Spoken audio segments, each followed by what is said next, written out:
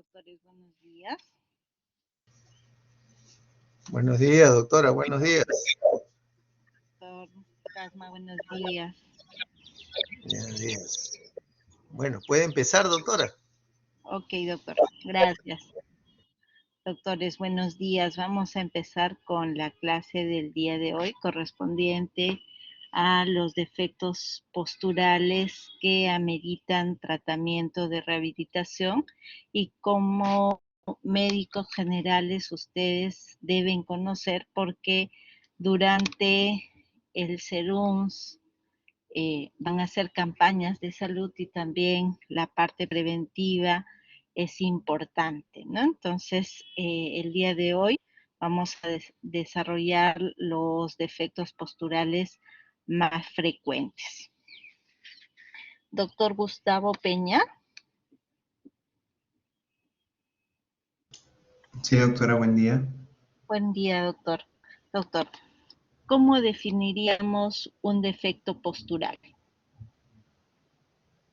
¿Alguna normalidad en la postura? Ok. Ok, doctor. Doctora Geraldine Ramírez.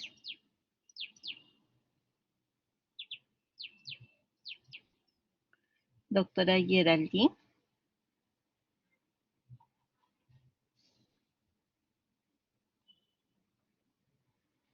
Doctor Wilson Reyes. Sí, doctora, buenos días. Doctor, buenos días. Doctor, ¿cómo definiríamos un defecto postural? Bueno, sería la incorrecta posición anatómica, ¿no? de la persona, lo cual causaría un problema en la postura. Ok, muy bien, doctores. A ver, entonces vamos a empezar nuestra clase del día de hoy, la cual va a estar dividida en 4 partes, ¿no? Primero vamos a definir lo que significa la postura correcta y la postura incorrecta. Vamos a hablar de la epidemiología de los trastornos posturales. Vamos a revisar los defectos posturales más frecuentes en la columna, cadera, rodillas y pies. Y vamos a detallar en lo que es la escoliosis, ¿no? La forma de clasificar, el diagnóstico y el tratamiento. Entonces, vamos a dar inicio a nuestra clase definiendo lo que significa la postura, ¿no? Que es una posición de todo el cuerpo o de un segmento en relación con la gravedad, ¿no? Ustedes saben que nuestro centro de gravedad se va a situar a nivel de la columna y lo que vamos a buscar siempre en una postura correcta es el equilibrio entre las fuerzas musculares gravitatorias y las antigravitatorias para mantener un completo equilibrio y evitar estos defectos posturales por una postura inadecuada. Entonces, la postura correcta también tiene características, ¿no? La postura correcta no va a sobrecargar la columna ni ningún otro elemento o parte del aparato locomotor, ¿no? Por ello, las características que tiene una postura correcta son las siguientes, ¿no? O sea, siempre hay que tener en cuenta, si estamos en una postura correcta, esta no debe provocar fatiga, no debe provocar dolor, pero también no solo es necesario adoptar una postura correcta, sino que debemos adoptar dicha postura por lapsos razonables de tiempo, ¿no? Porque podemos estar en una postura correcta, pero si pasamos en esa misma postura 3 o 4 horas, entonces ya se provoca fatiga y dolor por que los músculos van a agotarse, ¿no? Entonces, generalmente la postura es en gran medida un hábito y repetición subconsciente, a diferencia de la postura incorrecta, ¿no? Donde no vamos a tener un equilibrio, sino más bien un desequilibrio del sistema musculoesquelético, nos va a provocar mayor gasto de energía, tanto en reposo como en actividad, y la característica que va a ser o que se va a dar es de que va a provocar cansancio y dolor, ¿no? Entonces, a diferencia de la postura correcta, va a existir un desequilibrio entre las fuerzas gravitatorias y las fuerzas antigravitatorias. Entonces, en un defecto postural, vamos a evidenciar una exageración de las curvas naturales, ¿no? Va a cambiar la alineación normal del cuerpo y de las extremidades y vamos a tener finalmente una alteración o trastorno disfuncional de la postura, ¿no? Es decir, un desequilibrio entre las fuerzas gravitatorias y las fuerzas antigravitatorias. Doctor Gustavo Suaznavar. Buenos días, doctora. Doctor, buenos días. Doctor, si visualizamos la figura que está en la diapositiva, ¿cuál sería la postura correcta?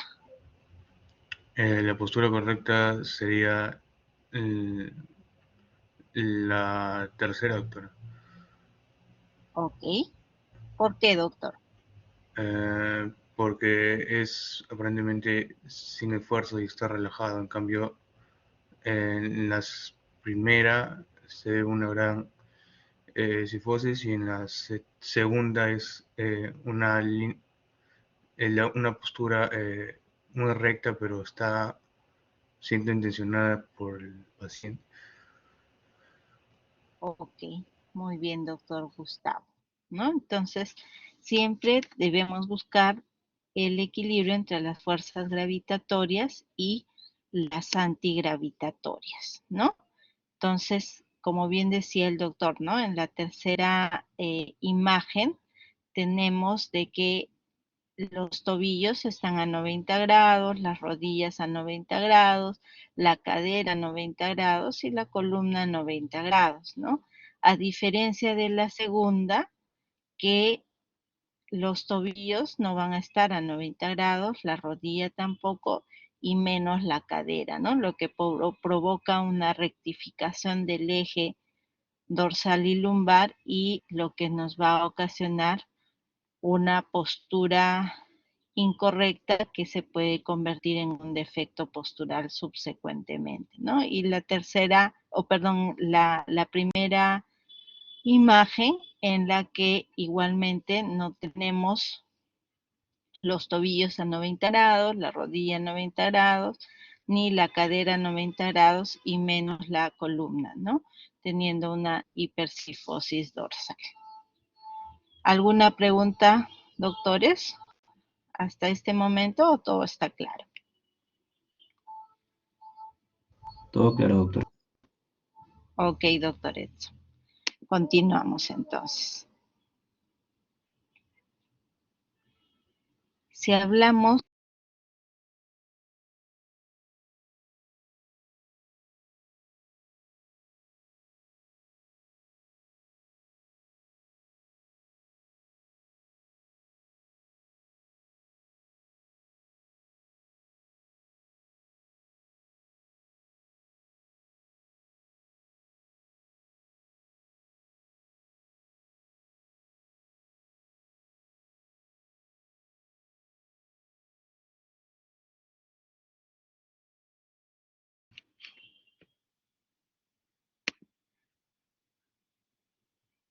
doctores, ¿me escucha?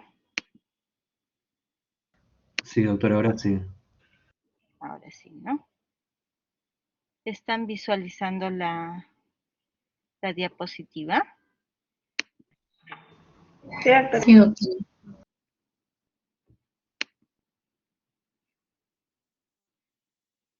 Ok.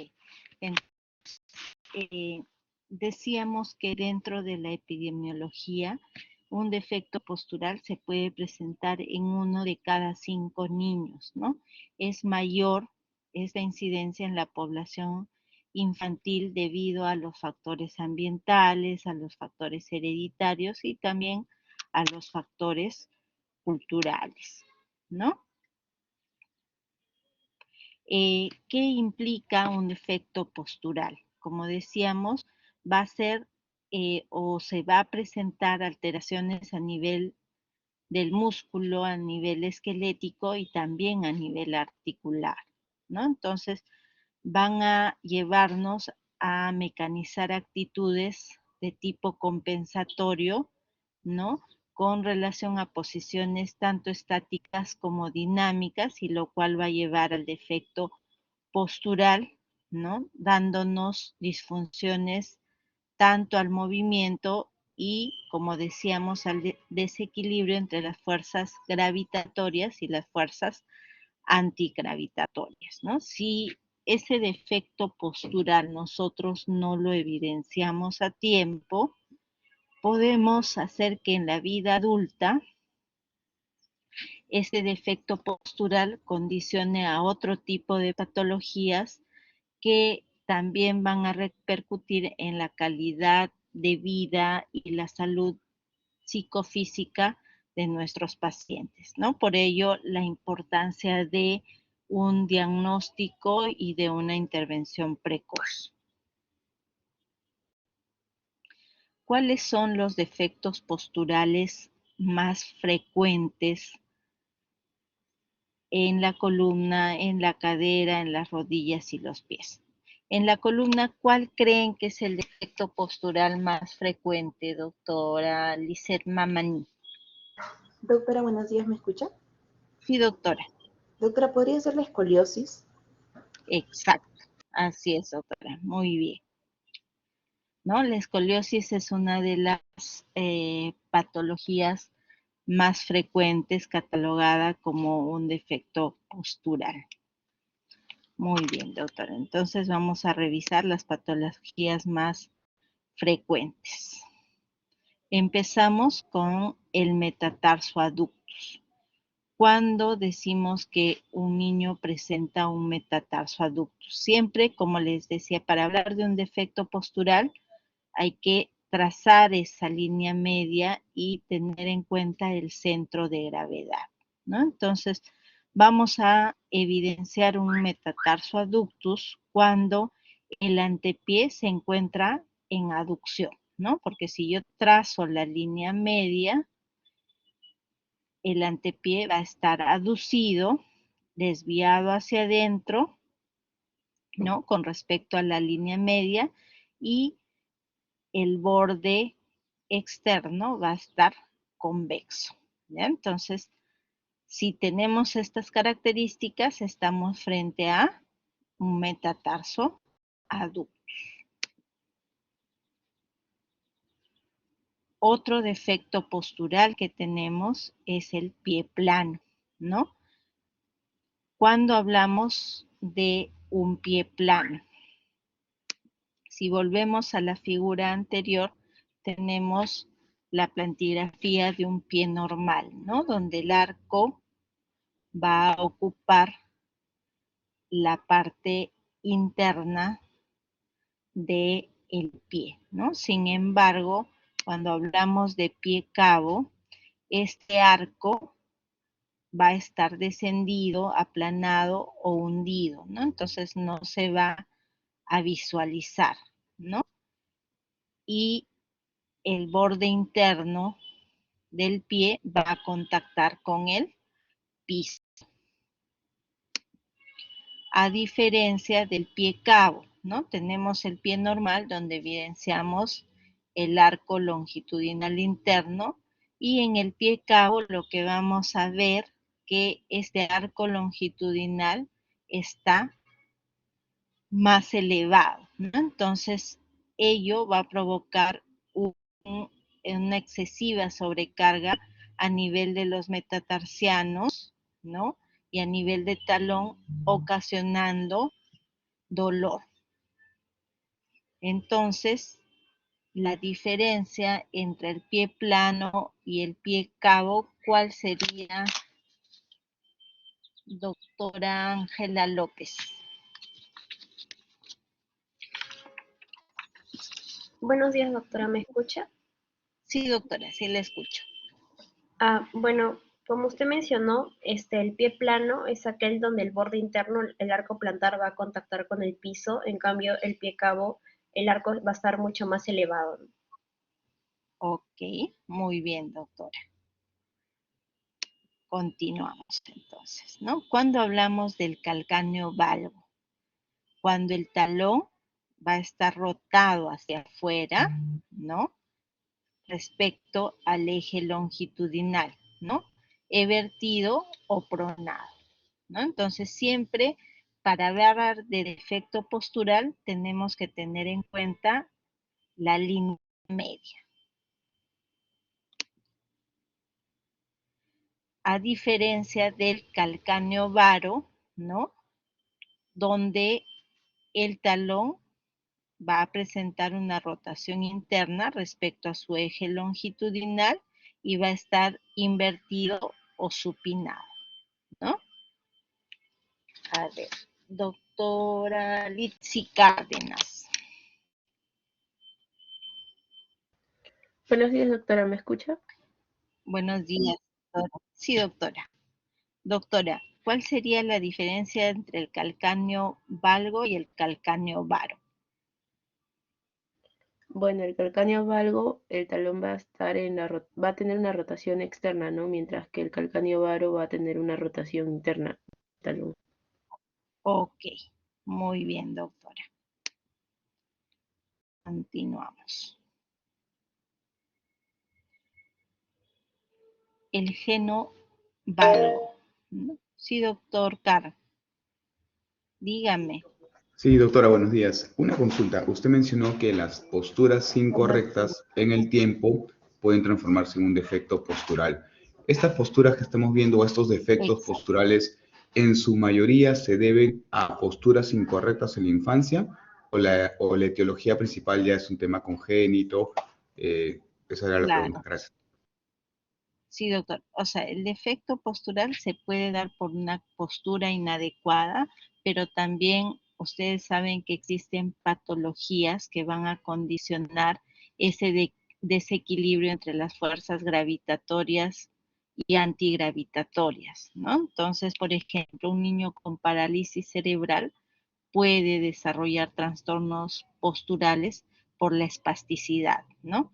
Igual un niño con síndrome hipotónico, ¿no? Si no acondicionamos esa musculatura y buscamos el equilibrio e intervenimos en forma precoz, ello va a condicionar a desarrollar un trastorno postural. ¿Estamos de acuerdo, doctor Carr? Muchas gracias, doctora. Ok, doctor. Continuamos entonces. Como defectos posturales o trastornos posturales en la rodilla, vamos a tener el geno valgo, ¿no? ¿A qué llamamos el geno valgo? Cuando va a existir una deformidad en las rodillas y estas van a estar cercanas, ¿no? Entre sí y va a existir un incremento en el espacio entre los maliolos, ¿no? De ambos tobillos. Entonces, lo normal es que cuando el niño está de pie en bipedestación, este espacio intermaliolar no sea mayor a 5 centímetros, ¿no? Si este espacio intermaliolar es mayor a 5 centímetros y las rodillas se encuentran muy cercanas, estamos frente a un genu valgo.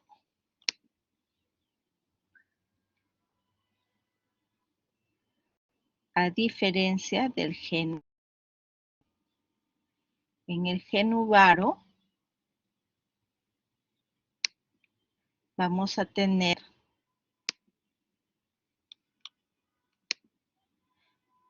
¿Pueden visualizar la diapositiva, doctores? Ahora sí, ¿no? Entonces, a Sí, doctora, en diferencia del Genubaro. el Genubaro, ¿no? Vamos a tener el espacio entre las rodillas más evidente y el espacio intermalleolar disminuido, ¿no? Entonces, vamos a evidenciar esas rodillas y esos miembros inferiores arqueados, ¿no? ¿Se entendió la diferencia entre el geno valgo y el geno varo? Doctora Grace Galindo.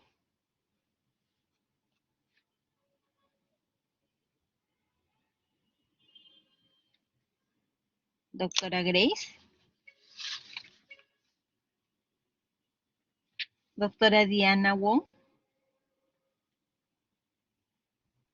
Sí, doctora. Sí se entendió. Ok, muy bien. Entonces continuamos. Tenemos la torsión tibial.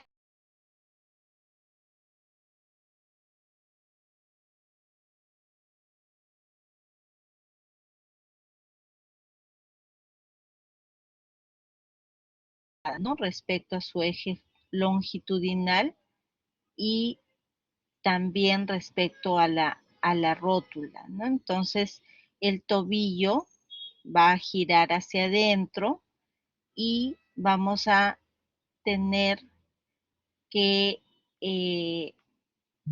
la tibia va a evidenciarse, ¿no? En una posición diferente a centro de gravedad, ¿no? Entonces, si visualizamos la primera figura, ¿no? Y trazamos una línea perpendicular, el miembro inferior derecho está alineado, ¿no? Mientras que el miembro inferior izquierdo no. Entonces, estamos frente a una torsión tibial.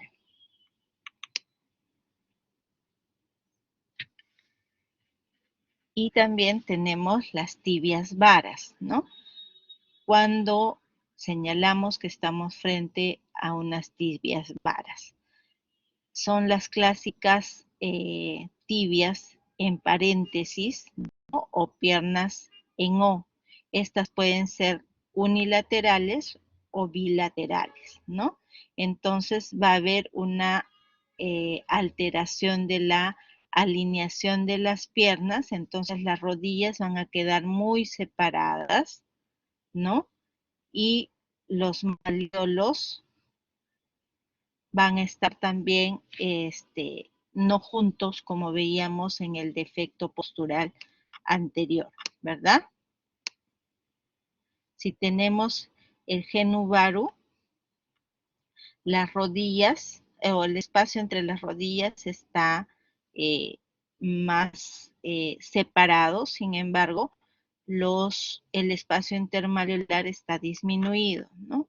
A diferencia de las tibias varas, en donde tenemos la separación de las rodillas y también la separación intermalleolar.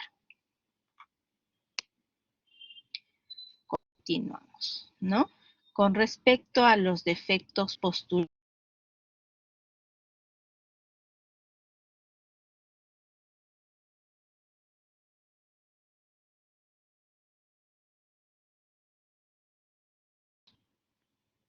trastornos posturales, ¿no? ¿Cuáles son las curvas fisiológicas de la columna, doctor Juan Vega?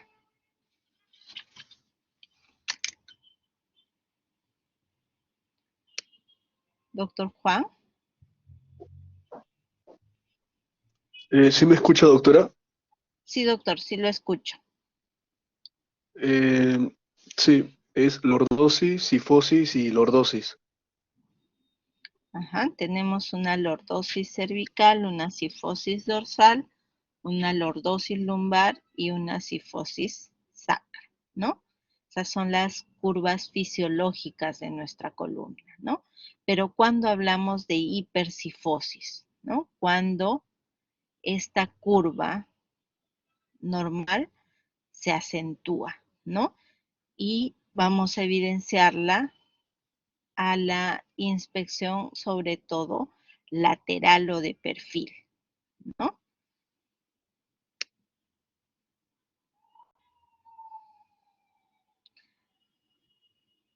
Como decíamos, ¿no? La hipercifosis se va a dar a nivel dorsal, mientras que la hiperlordosis se puede presentar a nivel cervical o a nivel lumbar, ¿no? Entonces, si se presenta a nivel cervical, estaremos frente a una hiperlordosis cervical, mientras que si se presenta a nivel lumbar, estaremos frente a una hiperlordosis lumbar.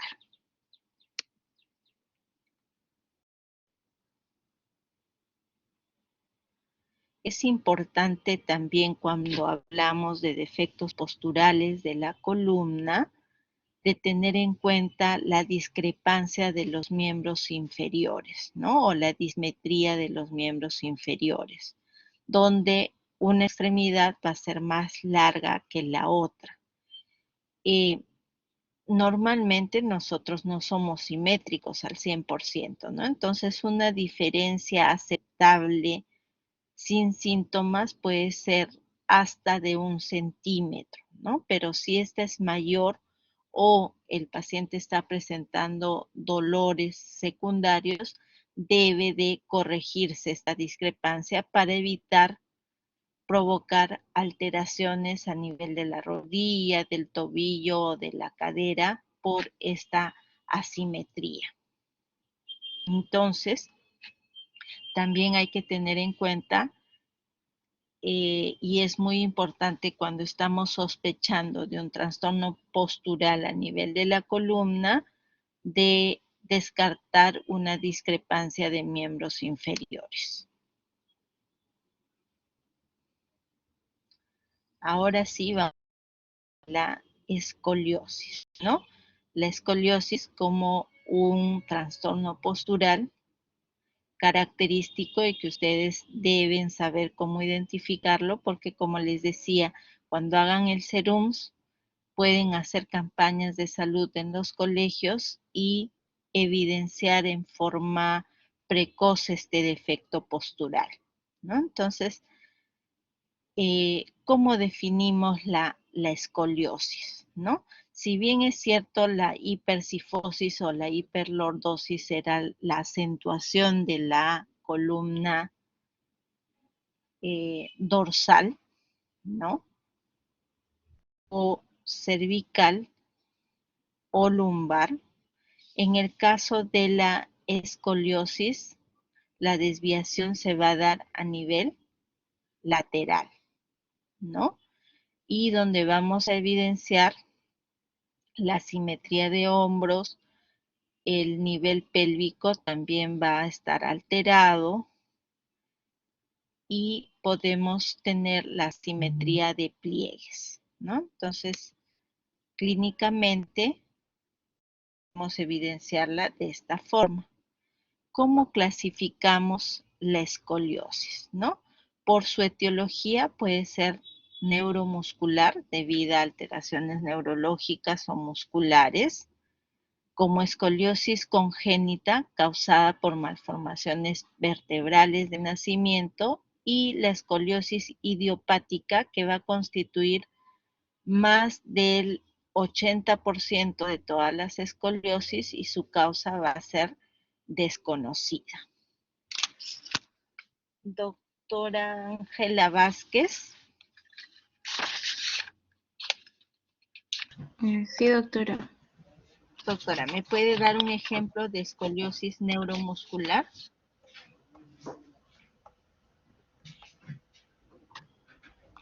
¿Un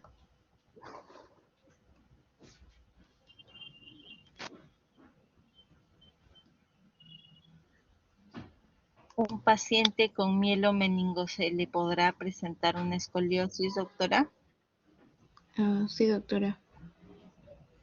Ok, muy bien. ¿Un paciente con parálisis cerebral? También, doctora.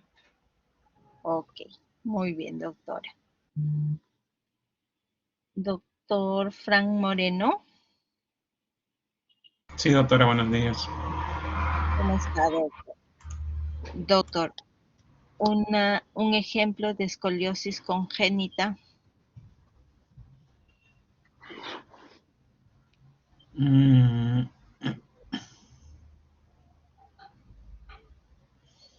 Congénito. Los pacientes, doctora, con, no sé si es congénita, con síndrome, algún síndrome, doctora, podría presentar escoliosis.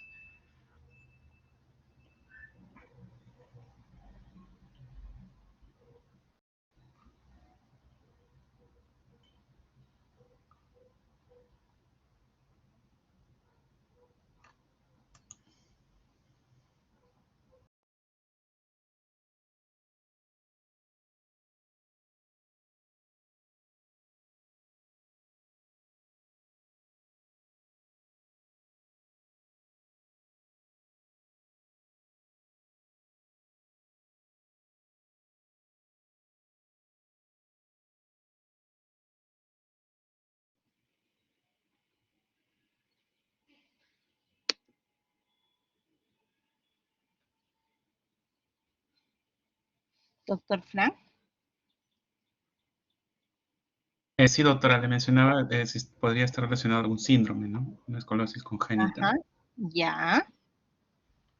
¿A qué síndrome, más o menos? No sé si es síndrome de Down, doctora, no estoy seguro.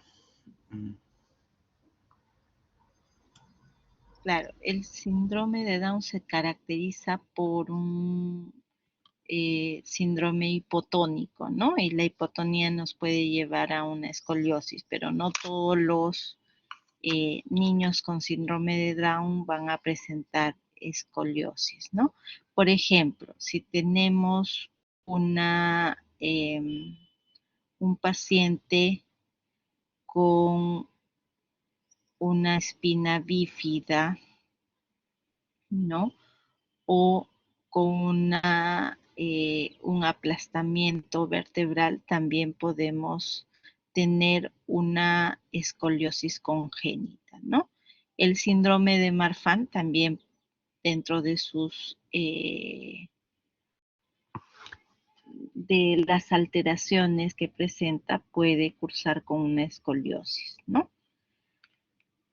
Y bueno, decíamos que la escoliosis idiopática, pues no se sabe la causa y es la más frecuente, ¿no? Se puede presentar hasta en un 80% de todas las escoliosis.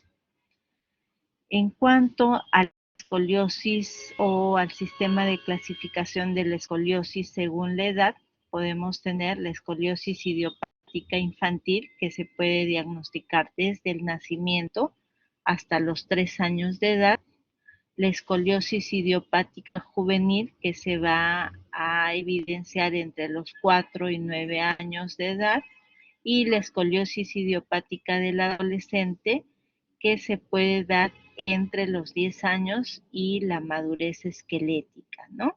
Siempre recordar que la escoliosis es mucho más frecuente en niñas que en niños, en una proporción de 7 a 1. ¿Cuál es el cuadro clínico? Al iniciar la presentación de la escoliosis, ¿no? Vimos que el niño o el adolescente puede presentar una asimetría de hombros, ¿no? También la asimetría de pliegues a nivel dorsal, ¿no? Y si esta escoliosis es grave, lo que va a tener el paciente es una dificultad respiratoria, ¿no? Porque esta desviación puede ejercer una presión sobre el corazón y por ende el paciente puede presentar disnea moderada o severa, ¿no? Por ello, la importancia de evidenciar y de diagnosticar la escoliosis en estadios precoces. como decía el doctor, podemos tener la escoliosis como parte de un síndrome, ¿no? Como el de Ehlers-Danlos, el de Prader-Willi, en los pacientes con parálisis cerebral, los pacientes con atrofia muscular espinal, la distrofia muscular, el síndrome de X frágil, la espina bífida, el síndrome de Marfan, la neurofibromatosis, la siringomielia y también el prolapso mitral, ¿no? Entonces, cuando tengamos o encontremos un paciente con escoliosis, también es importante descartar la presencia de un síndrome asociado. ¿Cómo evaluamos a un paciente con escoliosis, no?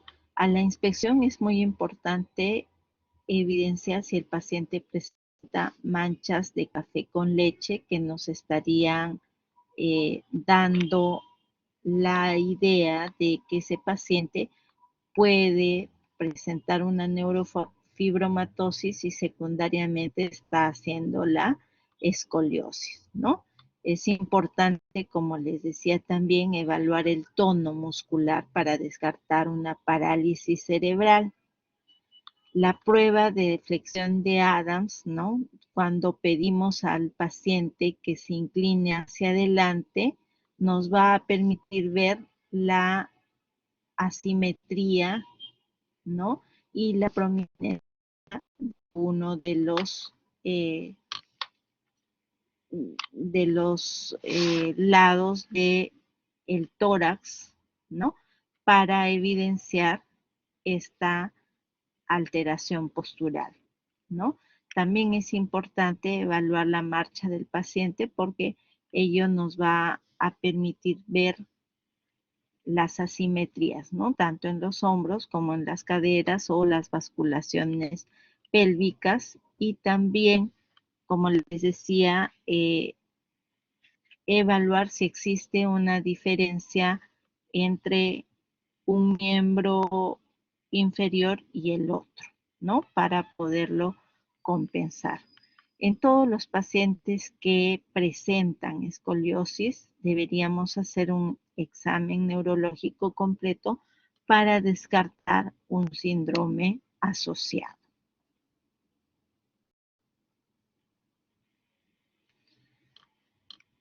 Tenemos clínicamente los signos que ya hemos hablado, pero podemos confirmar este diagnóstico a nivel radiológico, ¿no? Entonces vamos a pedir una radiografía anteroposterior, coronal, lateral y sagital, ¿no?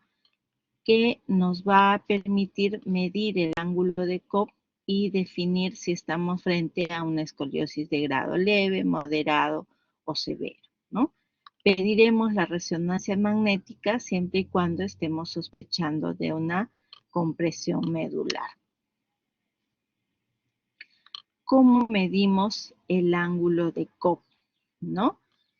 Va a medirse mediante la proyección de una perpendicular desde la placa terminal superior de la vértebra superior involucrada, ¿no? O sea, desde donde inicia el defecto postural y otra perpendicular desde la placa terminal inferior de la vértebra inferior afectada, ¿no?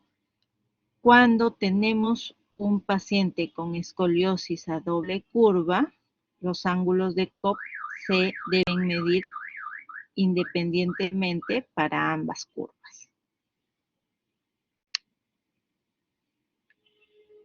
Entonces, de acuerdo al ángulo de Cobb que evidenciemos, también vamos a definir qué tipo de tratamiento vamos a ofrecerle al paciente, ¿no? Saber que este tratamiento es muchas veces complejo y siempre va a estar determinado por la gravedad de la curvatura y también por la sintomatología que presente el paciente, ¿no? Es importante tener en cuenta que una escoliosis leve puede progresar a severa en forma rápida en el periodo de madurez esquelética y de crecimiento rápido, o sea, en la adolescencia. Entonces, por eso la importancia de hacer las campañas de salud para evidenciar las escoliosis, ¿no? Entonces, si el ángulo de Cobb se encuentra entre 0 y 25 grados, el tratamiento será de rehabilitación, ¿no? Si se encuentra entre 25 a 45 grados, además de la terapia, la fisioterapia, vamos a indicarle los corsets dorsolumbares, ¿no? Y si el ángulo es mayor a 45 grados, el tratamiento es quirúrgico, ¿no? Entonces, la rehabilitación también va a apoyar en el periodo prequirúrgico y posquirúrgico, pero lo que nos va a ayudar a corregir esta escoliosis y evitar complicaciones es la cirugía, ¿no? Entonces, la medición del ángulo de Cobb en los pacientes con escoliosis es muy importante, ¿no? Entonces, dentro de la rehabilitación son muy importantes los ejercicios que vamos a hacer en la escalera sueca, buscando el equilibrio entre las fuerzas gravitatorias y antigravitatorias, y también los ejercicios que nos ayuden al fortalecimiento muscular, ¿no? También la práctica de la natación es muy beneficiosa en los pacientes con escoliosis. Tenemos las escoliosis que se encuentran entre 25 y 45 grados, donde también vamos a continuar con la rehabilitación, pero es necesario el uso de los corsets para buscar la alineación de la columna. Y finalmente, ¿no? Tenemos las barras de Harrington en un paciente con escoliosis con un ángulo de Cobb mayor a 45 grados. Como les decía, ¿qué probabilidad de progresión?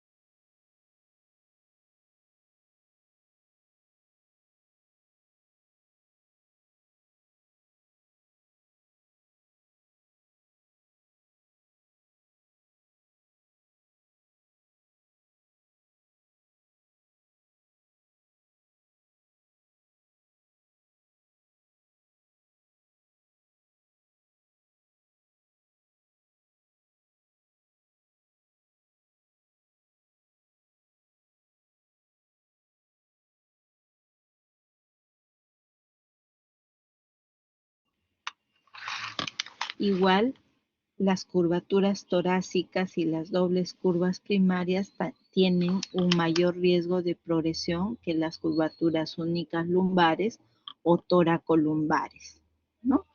Y como decíamos, el mayor riesgo se da en la población femenina.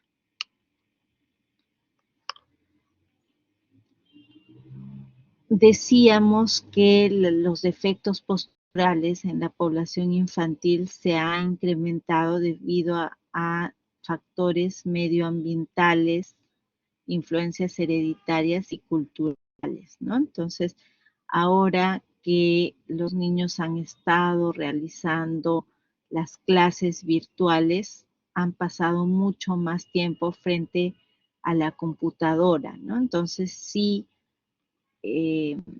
adoptan posturas que no son las más adecuadas, podemos tener mayor tendencia a la presentación de una escoliosis, ¿no?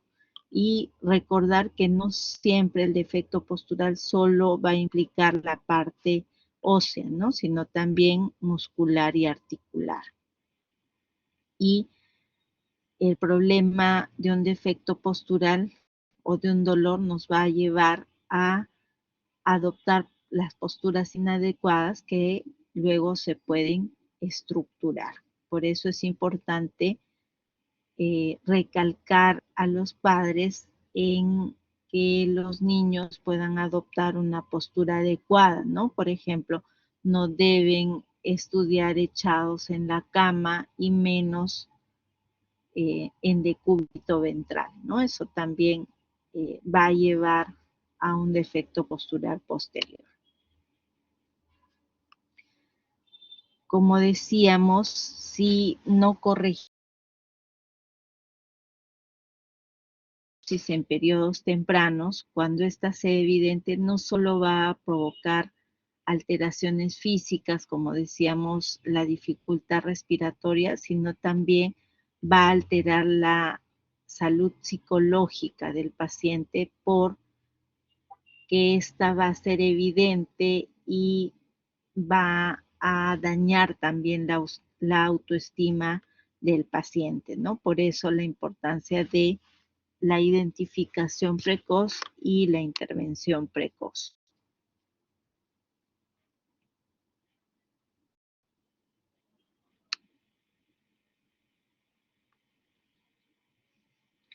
Muy bien, doctores. No sé si tenemos alguna pregunta, alguna duda que aclarar o todo está claro.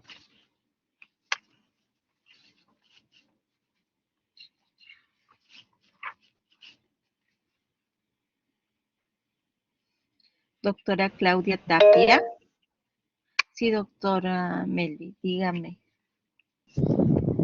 Doctora, buenos días. Quería preguntar si, bueno, lo que he visto que con fisioterapia se puede corregir la escoliosis en infantes, pero cuando ya está sentada en la adultez, ¿la fisioterapia puede ayudar a mejorar en algo la escoliosis o es solamente algo muy poco? Claro, lo que se hace, doctor, la corrección de la escoliosis se va a poder realizar hasta que el niño o el adolescente deja de crecer, ¿no?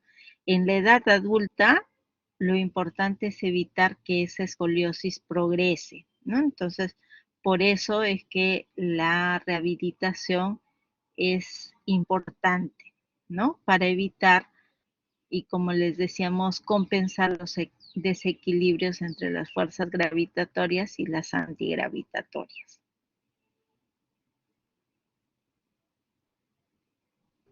Gracias, ¿Se doctora. entendió?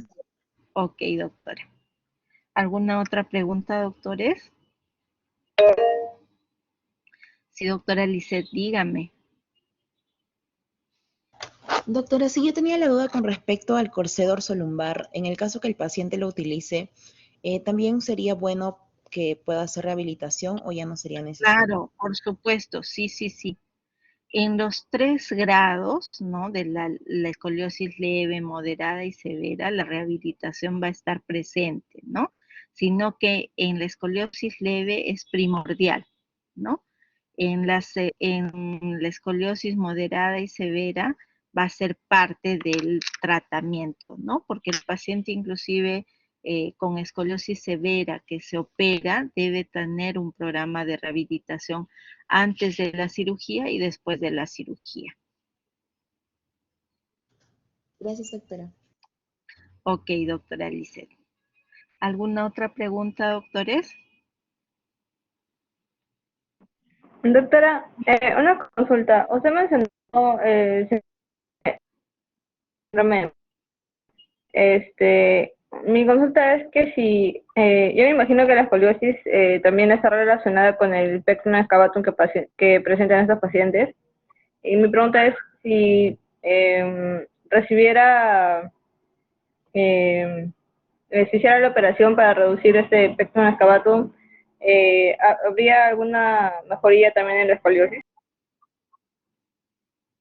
Claro, como le digo, doctora, el cuerpo y la biomecánica del cuerpo es un todo, ¿no? Entonces, todas las acciones que tomemos para lograr ese equilibrio entre las fuerzas gravitatorias y antigravitatorias nos va a ayudar para evitar ese defecto postural o controlar ese trastorno postural, ¿no?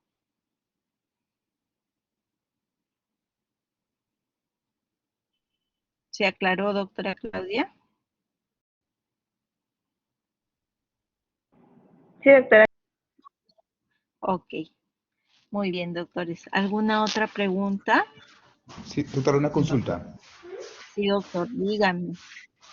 Entonces, sabiendo que hay una alta incidencia de estas posturas inadecuadas, ¿no hay como un screening, un examen al que están obligados a pasar todos los niños a cierta edad, como parte de un protocolo ya estandarizado para hacer un descarte de esto? Claro, doctor, está el control del niño sano y por eso les decía, en el SERUMS es importante que en los centros de primer nivel o en las postas se haga estos descartes a nivel escolar, ¿no? Por eso la importancia de que ustedes sepan en qué consiste este defecto postural en el caso de la escoliosis para que puedan derivar al paciente a tiempo, ¿no? Y lo otro que también es importante es la práctica de la ergonomía, ¿no? No solo en el trabajo, sino también en la escuela y en la casa, ¿no? Entonces, eh, como prevención, las medidas ergonómicas también juegan un papel muy importante.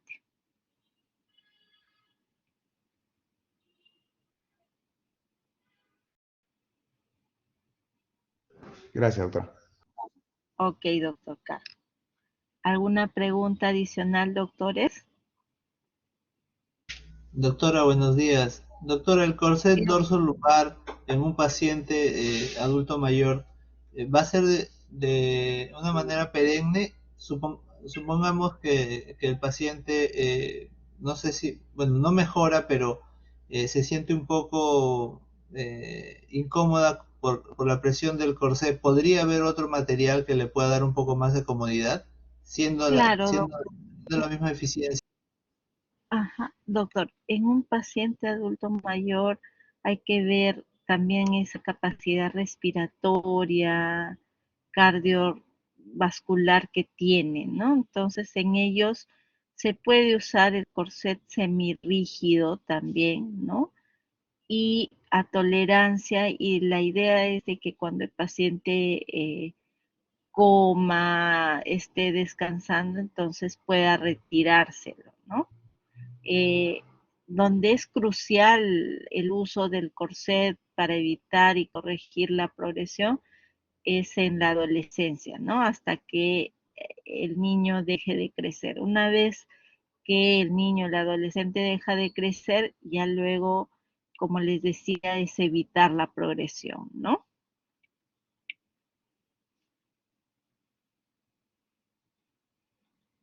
Gracias, doctor. Ok, doctor.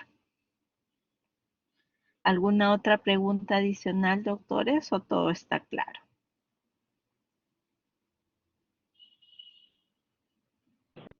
Doctora, ¿hasta qué edad se podría dar ese tratamiento de el corset para la postura? Doctora, no, el corset va a estar en relación al ángulo, ¿no?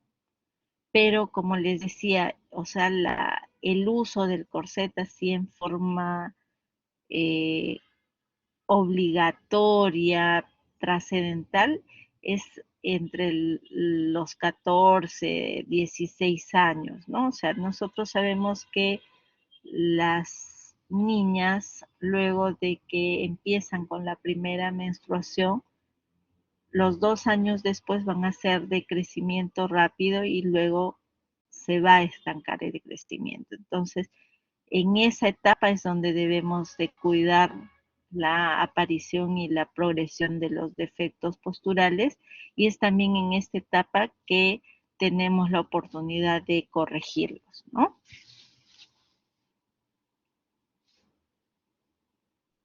Gracias, doctora. Muy bien, doctora Claudia. ¿Alguna otra pregunta, doctores? Sí, doctor Eric, dígame.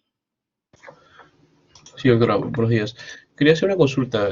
Básicamente, en pacientes gestantes, ¿se puede desarrollar una hiperlordosis puntualmente a nivel lumbar, pero que sea fisiológica y puede ser después complicarse a patológica? No, Si no tiene antecedentes patológicos a nivel de la columna, no, doctor. Lo importante también, si la barriga pues está muy prominente, es usar los soportes, ¿no? Para poder evitar esa acentuación mayor de la hiperlordosis, ¿no? Y siempre evitar el usar los zapatos sin taco, ¿no? O las bailarinas, o sea, siempre es importante el uso de los zapatos que tengan taco 3 o taco 5 para evitar que el centro de gravedad se desplace a la parte posterior, ¿no? Gracias, doctora. ¿De qué, doctor Eric? Muy bien, doctores. Sí, doctora Melvi, dígame. Doctora, en una diapositiva mostró el corsé dorsolumbar. ¿Esos son a la medida o Sí, hay los corsets semirrígidos, hay en tallas small, medium, large, doctora, pero ya los corsets de Milwaukee, los que son de altílico, se pueden hacer a medida del paciente. Gracias, doctora. ¿De qué, doctora? ¿Alguna otra pregunta, doctores?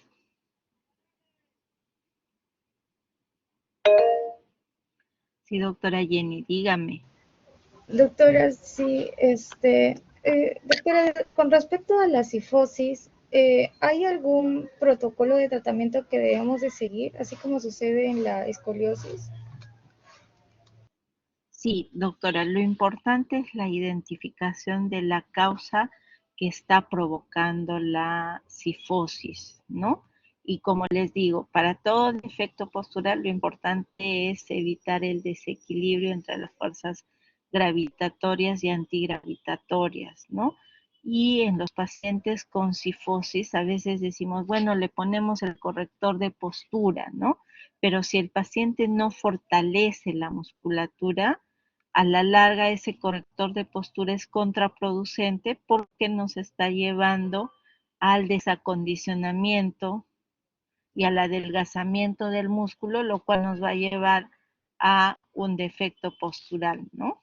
Entonces es importante la práctica de los ejercicios aeróbicos, de la natación y del control de postura, ¿no?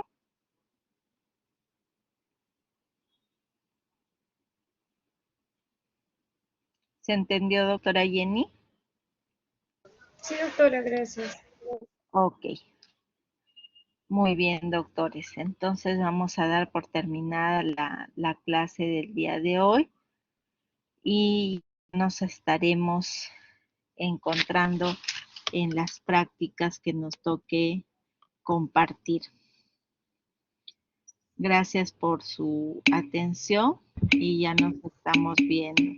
Doctores, un favor.